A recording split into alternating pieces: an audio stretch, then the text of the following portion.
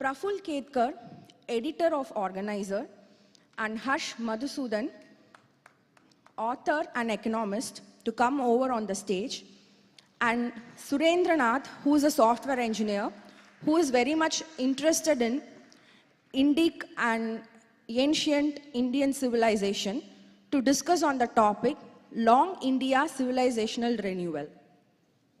Welcome, panel.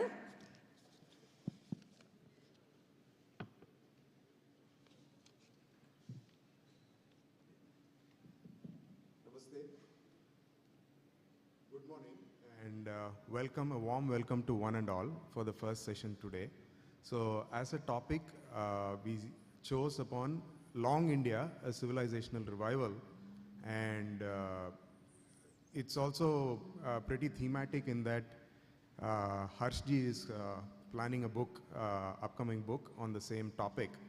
And one of the things we thought we will talk about is to look at India, Long India, not just from the perspective of stocks and investment and economic revival, but also from the perspective of a long-term civilizational, social, economic, and cultural revival of India.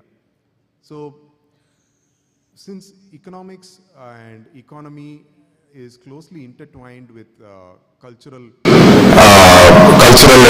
intangible social factors, so let me just open the discussion by asking Harshji first about this aspect of his book. Thank you so much, Surenji. Thank you to the Chennai Lit Fest. Thank you to Bharatji and the entire organizing team. Thank you to Prafullaji for sharing the stage. Yes, my next book, my third book is Long India, that is in an economic sense, but here we are discussing in a broader sense. See, if we take India's per capita income as a percentage of the leading Western per capita income, it has been falling for about 1,000 years. And the numbers are obviously not perfect, not precise, but that's the rough scholarly estimate right now, especially if you do an India to UK comparison. It's also the rough time when we lost our state. We also lost our political independence. So I think the big picture I want to first open with, Surenji, here is that a civilization without a state, it's like a body without a backbone. It's like a jellyfish. Now the jellyfish can survive in a particular way at a particular equilibrium. It cannot survive beyond that. And what happened was, without relitigating why we got colonized, and by colonized I don't just mean British colonialism, I also mean in a broader sense Turkic colonialism. Without relitigating why that happened, once that happened, we got into a very low level equilibrium where, I would not use the Chinese phrase of a century of humiliation. I would call it the millennial of both humiliation and heroism. So if there was both humiliation and heroism, we fought back, but we got into a low-level equilibrium, where certain defense mechanisms kicked in, the way our society was organized, which prevented further large-scale conversions, but could not lead us to political independence. Now, what happened in 1947, as the state system started globalizing, and now we have, on top of our ancient civilization, we have a very young and modern state, is that for the first time, we are in a situation where we can be proactive in the world, first time in 1,000 years, not before that, and not just reactive. So the starting point is the fact that we got our own state, covering all of what is now India, ignoring the parts that are now Pakistan and Bangladesh, in 1,000 years is of massive geostrategic, geoeconomic, geocivilizational significance. And the book I would often think about that is Girilal Jain's The Hindu Phenomenon, right? In one stroke, we got rid of the British and earlier Turkic colonialists, and in a way partition, as incomplete as it was to some extent, also got rid of the dynasty or successor state of Mughal India in the form of Islamic Pakistan. So now what we are doing right now in the last 75 years is we are learning how to rule ourselves again. Some mistakes were inevitable, as we no doubt did for 30, 40 years. We are trying to correct those mistakes. So what is a state? State is nothing but a form of Sanghatan. State is nothing form of Sanghatan, where you can actually pool resources together to have a common army. You can pool resources together to create irrigation, roads, to create prosperity that small people in their private enterprise cannot coordinate.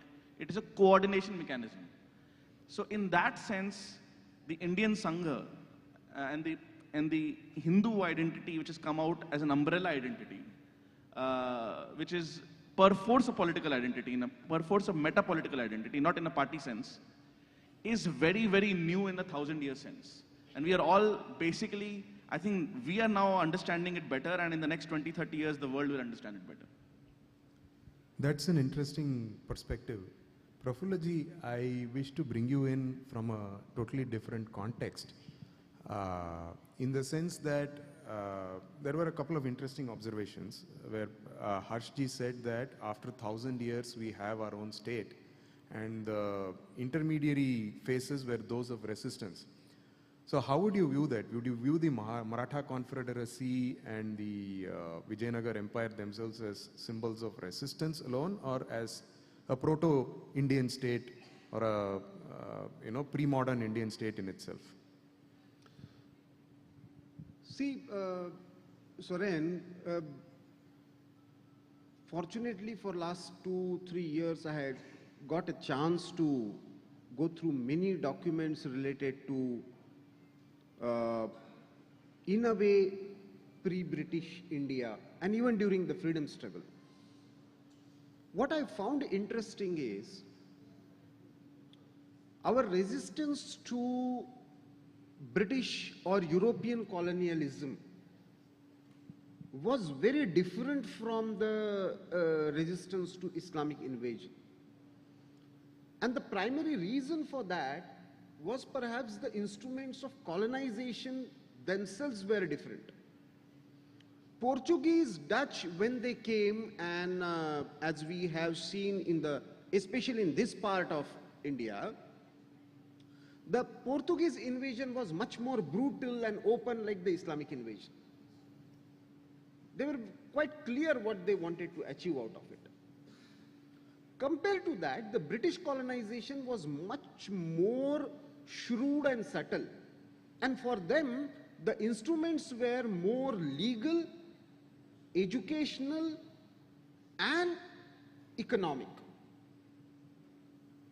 So, if you see the trajectory of our freedom movement, initially it started with Swadharma, but eventually, as the instruments of colonization changed, our response to this colonization process also changed. So, Swadharma was added with Swadeshi, then Swabhasha and Rashtriya Shiksha, national education and self-language. And only in the last phase we revived the idea of Swaraj, that is the political control. Civilizationally, I find this argument very problematic, and I see this more as a European construct, that state is an inevitable condition to control and manage your resources. It is just, and yesterday we were together in some meeting, and we discussed there that it is only after the Westphalian thing that this entire idea of nation state evolved. What India had, and yesterday also I mentioned in one of the sessions, and I would like especially the youngsters to think over this.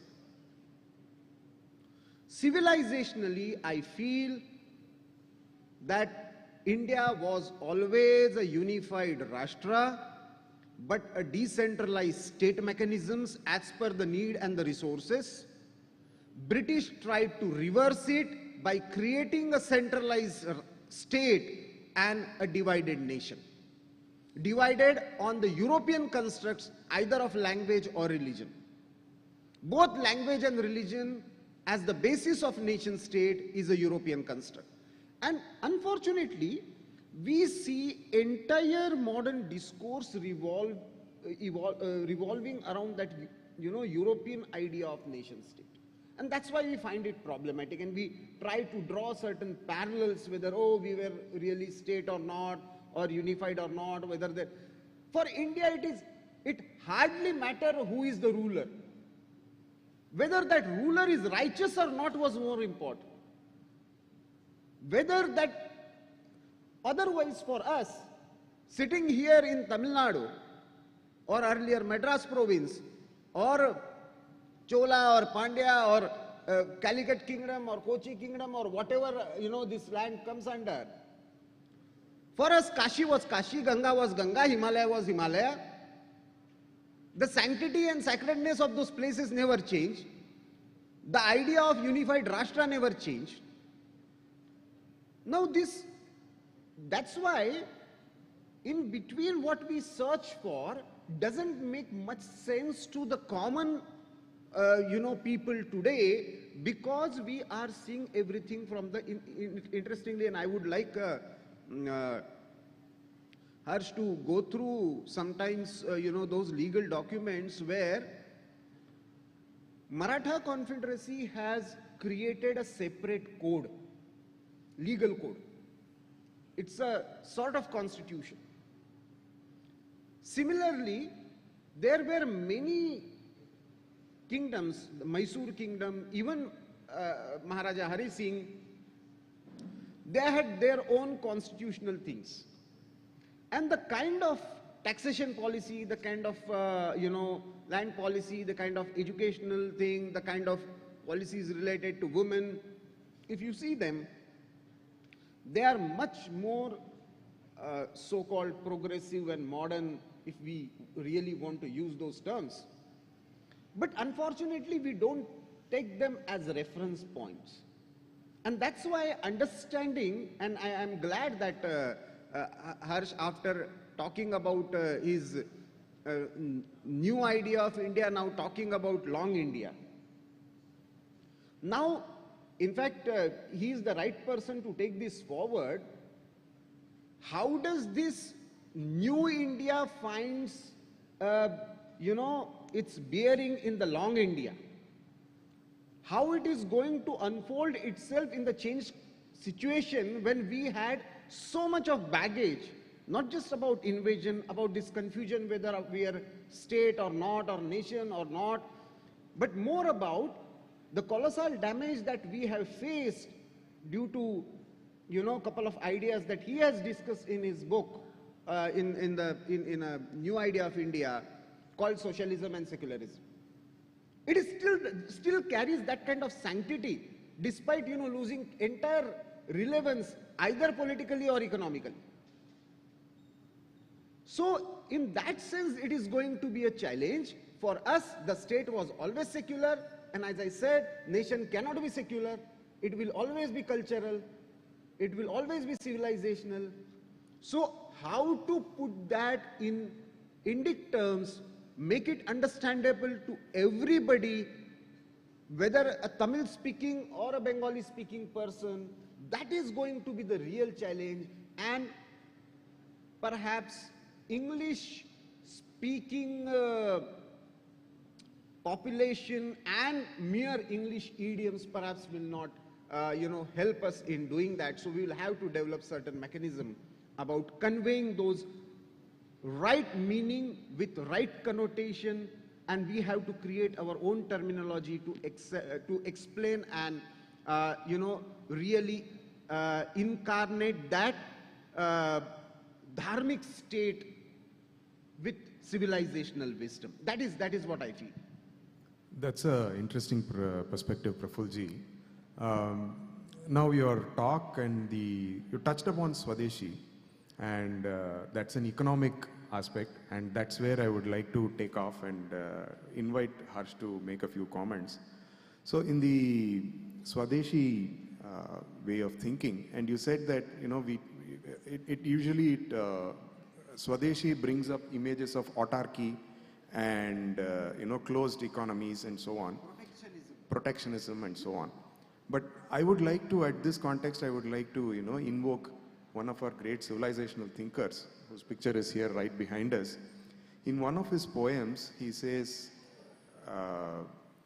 we will give the ivory of Kerala as prize for the bravery of the Marathas. We will build a bridge to Sri Lanka, and ஆலைகள் செய்வோம், தொழிற்சாலைகள் செய்வோம். We will build schools, we will renovate our temples, and we will build factories. So that is a view of Swadeshi, which is very much in the Indian, civilizational ethos. And I would call upon Harsh at this point to give his perspectives on, what is our view of Swadeshi and economic growth versus actual socialist autarky? So, thank you, Suren. Just quick comments on what Prafullaji said. I think one way to put that is, we are Hindu Rashtra, Hindi Rajya. Hindi is, it can have wrong connotations. So Indian Bharatiya Rajya, Dharmik Rajya, but Hindu Rashtra. And secularism has often been defined in our sense rightly as being Panth Nirpeksh. You cannot be Dharm Nirpeksh. So that makes it very clear instantly that you're not favoring one sampradaya over the other. You are simply saying you'll be neutral to sampradayas. In that sense, we were always a secular state, as you rightly mentioned. I think one area where I'll slightly disagree is that, which actually connects to the point on economic nationalism or what our view is. Without a state, and a state by definition has to be somewhat centralized. This is one of the reasons why we rejected the cabinet mission plan in 1946. One of the best things that Jawaharlal Nehru did was he did a press conference and said we are not bound by the cabinet mission plan. And therefore the partition happened in that given context. Is that the state, if it is not, has the centralized Sangathan capabilities, organizing capabilities. You cannot, for example, as you're discussing off stage, connect rivers. You cannot build irrigation canal. You cannot build infrastructure, which actually leads to productivity, prosperity, and then the spreading of dharma outside of your borders as well. I think what happened is we did not care, that is true, who was the Rajyam so long as he was righteous. But most of the time when they were not in a Hindu dharmic mold, they were not righteous. Instead of patronizing temples, they were taxing temples. And it became very difficult, therefore, so I think going to a self-sufficient village economy was a defense mechanism, where people were following their caste professions, they were doing this, because that was a very stable equilibrium, but nothing beyond that equilibrium. So now, when the world is growing into larger and larger polities, empires, nation states, the nation state itself is a result of post-Abrahamic Westphalian 1648 compact, and now we are in a way Westphalian 2.0. Once the other person has economies of scale in terms of state size and armies, there is no other option for us but to have that, if nothing else as a response. Because Kashi was always there, but today Sharda is not safe. Sharda is technically right now in Pakistan-occupied Kashmir. Mulasthana, what is now Multan, is not safe. There are Hindu places of worship in Balochistan which are not safe. To some extent, unfortunately, even in Bangladesh. So actually, without the kavach of the state, it becomes very difficult to defend the society. And on that very brief point, before I go to the economic angle, I agree the Shivaji Maharaj, Chhatrapati Shivaji Maharaj represented a proto-modern Indian state. But eventually the Maratha Empire could not actually win over the northern Indian plains. They were perhaps the preponderant power, but somebody like Ahilyabai Holkar, made the Kashi Vishwanath Mandir next to the masjid. She could not actually did what we did with Somnath in 1947 and Ayodhya right now, because the local Hindus only said that, your power is temporary and transient here, the Marathas. If when you go, we'll have repercussions. And I think that was one of the reasons was this of organizing. Democracy is one way that we are doing it right now successfully. Whereas for Abrahamic religions, in the case of Islam, Islam was the binding glue, despite their internal dissensions. And in the case of post-Christian European states, the Westphalian state was the organizing glue. So for us, we are not a European nation state, we are a civilizational state. We have multilingual, but that thing is there. How does that connect to economics? It connects to economics because we want to use the economies of scale of size without letting the diseconomies of size affect us. That is the broad concept. Now, what does that mean? It means that right now when the world is going through a massive war, pandemic, financial global crisis, the reason Sri Lanka and to some extent Pakistan and other countries, many African countries cannot do well is they just do not have the size and the weight. In India, what is happening, we are saying if you want to manufacture cell phones, there is we can import it with a 10-15% import tariff, which is not autarky as Suren rightly mentioned. But you know what, you don't even have to pay the 10-15%. In fact, we might give you some PLI subsidy. If you manufacture it in India, with the carrot of this massive domestic market, or more accurately, the potential of the massive domestic market as the ultimate carrot. So I think that the fact that we, in a way, the civilization, the state and the economy, they all converge here because civilization is what kept us together. On top of that, we've put a state which is different from a European state, but nonetheless a reaction to it, I agree. That in turn is giving us the scale to kickstart economic growth, which to be fair, Nehruvian socialism in the 1950s honestly tried. In the 1960s and especially under Indira Gandhi, it devolved into corruption and what we now call import substitution Raj because of a fixed exchange rate, etc. But the early 1950s attempt at Nehruvian socialism, just to be intellectually honest, import substitution by itself was not a problem. The problem was that we had a fixed currency, and because the rupee became uncompetitive because of higher inflation and we did not have floating currency rates at that time, to prevent massive imports, we started putting licenses, and then that built up a constituency of corruption within the politicians and the bureaucrats and the technocrats. So the initial idea was not wrong. Now under Narendra Modi's leadership, we are doing it the right way. We are building up reserves, we have the floating exchange rate, we have education, human capital, infrastructure, but we are still saying we will not go by the IMF World Bank route blindly. We are not Singapore. We have a certain benefit in scale and size without making it inefficient, because that PLI is also applicable to a Korean company. It is also applicable to an American company. It is not only for Indian companies, and therefore it is not protectionism. It is simply saying if you can create local jobs, if you can create some value added inside our borders, then you have this slight advantage. And that slight advantage compounded over time makes all the difference. That's again a very interesting macroeconomic perspective, and investors and economists like Harsh are usually more concerned about wealth generation, while intellectuals and thinkers like Prafulji are more concerned about wealth redistribution. So could you just give us some insights on wealth distribution model of Antyodaya versus socialism and autarky? I'll have to come back to where I left. See, when I say we had a decentralized state, I mean to say we had a more decentralized models of governance. When it comes to defense, when it comes to communication, when it comes to even finance and currency, we need to have something centralized. That is for sure. And that was perhaps one of the reasons that we could not, despite having so much of resistance to colonial aggression, despite one attempt, besides one attempt by Arya Chanakyaa and in the form of Chandragupta, perhaps we didn't try it later to have something which is more centralized. But the difference when you are talking about the idea of socialism, for me, socialism is basically another form of capitalism. Interesting. Socialism is another form of capitalism, means it just replaces individuals with state.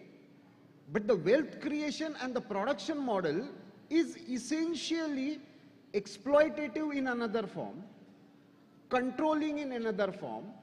So you are actually losing individual creativity, and you tell me a single model. Means if you want to call China socialism, then, I don't know. But Cuba, Soviet Union, you tell me one single model where we can say communism is a successful model of either wealth creation or distribution. It's neither nor.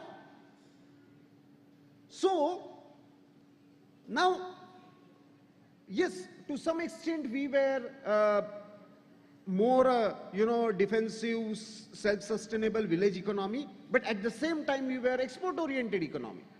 So we had different kind of consortiums, we had different kind of clusters. Now, but those clusters were more decentralized in the sense,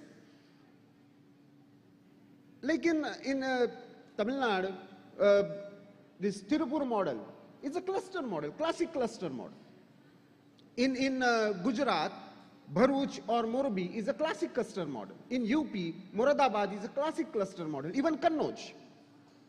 You know, every household you will find some industry, every household, entire family is involved, human resource is optimally utilized, state is there to facilitate, neither to extract nor to impose, to facilitate. The Antyodaya model doesn't just extract and give it to anybody, it empowers everybody to maximize the potential.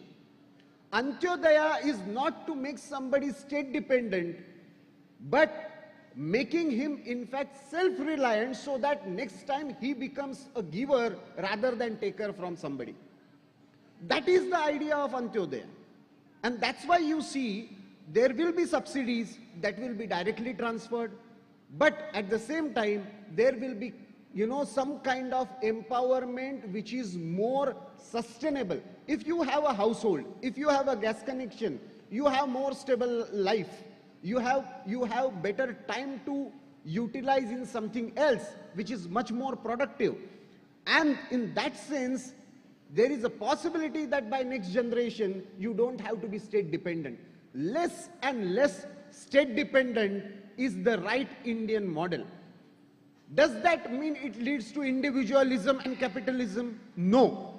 It is more a cooperative and communitarian model where family and the society is at the center, state is the facilitator. It is not individual versus collective, it is individual through collective. It is individual empowerment through collective sense of ownership of resources, but not controlled by the state, owned by the community, run by the community. That is the right model that we should strive for. And in that sense, we have to balance between this.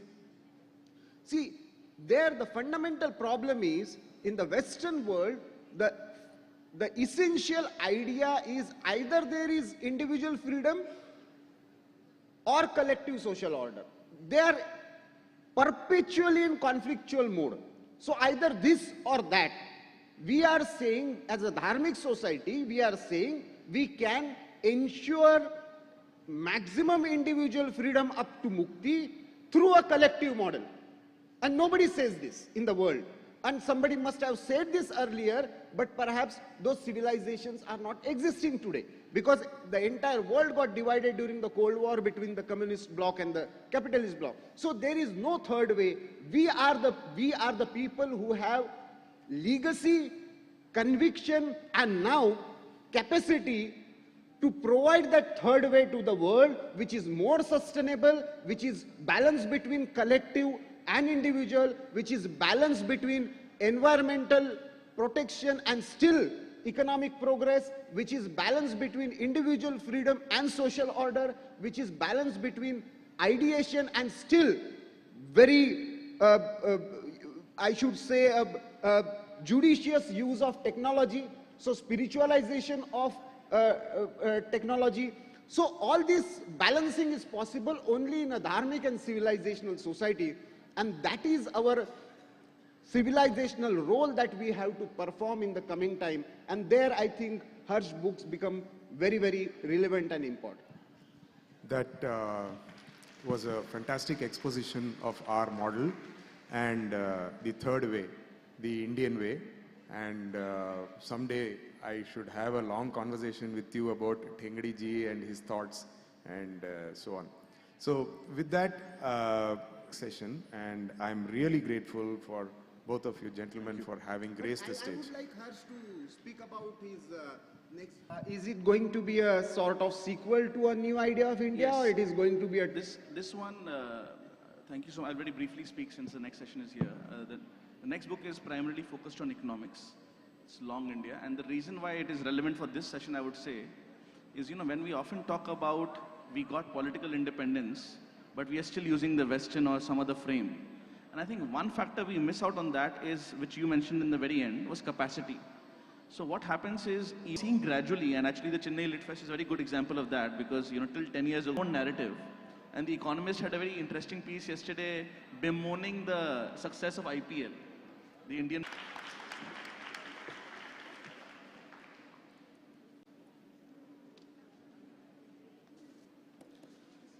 I now request Venkat Surya Prakash from the panel.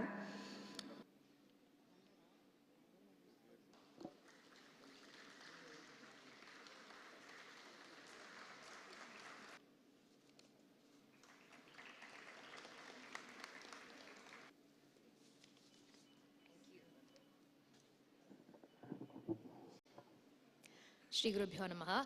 Vanakkam Chennai. Very happy to be here this morning. Smart. Ningalam paathirppal anga or kutti logo irukku. What is this? Many of you may not have heard. So this is basically an organization started about a couple of years ago. And we all talk about, our history, the way our history was, things like that. So this is one of the initiatives where that is a very lonely job and driven by passion, driven by belief. And the goal behind SMART is to protect such creators, to give them a platform, to give them a feeling of, camaraderie, to give them peers, to give them support, to give them a feeling of, websites, cartoonists, meme artists, historians, knowledge partners, social media influencers, various different kinds of, people who've come together. And we also sponsor events like this. And we just wanted to introduce ourselves. Very, very welcome you to the network. Together we only grow. Thank you very much. Namaste. Jai Hind. திரங்கள் பல பல கற்பாராம் சௌரியங்கள் பல பல செய்வராம் மூத்த பொய்மைகள் யாவும் அழிப்பராம் and rejuvenation, which he documented in his website called Good News India. This was launched recently as a book by the Parsh Land in a remote village in Tamil Nadu, oasis for all creatures, and our organic farm with a school on the premises. He is the guiding spirit of Indic Academy and SMART. This book will be researched at the University of Pune and IIMC. Her desire to understand the Agamas and make them more accessible for a modern audience led era all the way till 1800.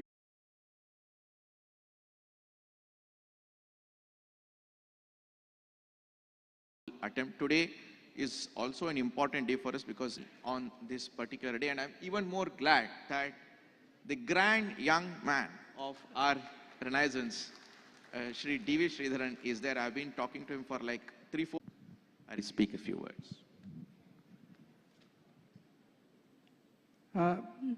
For almost 3 weeks now, got to India, and it took me another 30 or 40 years before I could come back and rediscover my roots. I also want to say how cheered I am surrounded by stream. So he is a technical person, a brilliant author, a Sanskrit scholar, is a student that she's written a book about. And one of the people that would dislike them are the do together. Everywhere it is Shiva Shakti together, or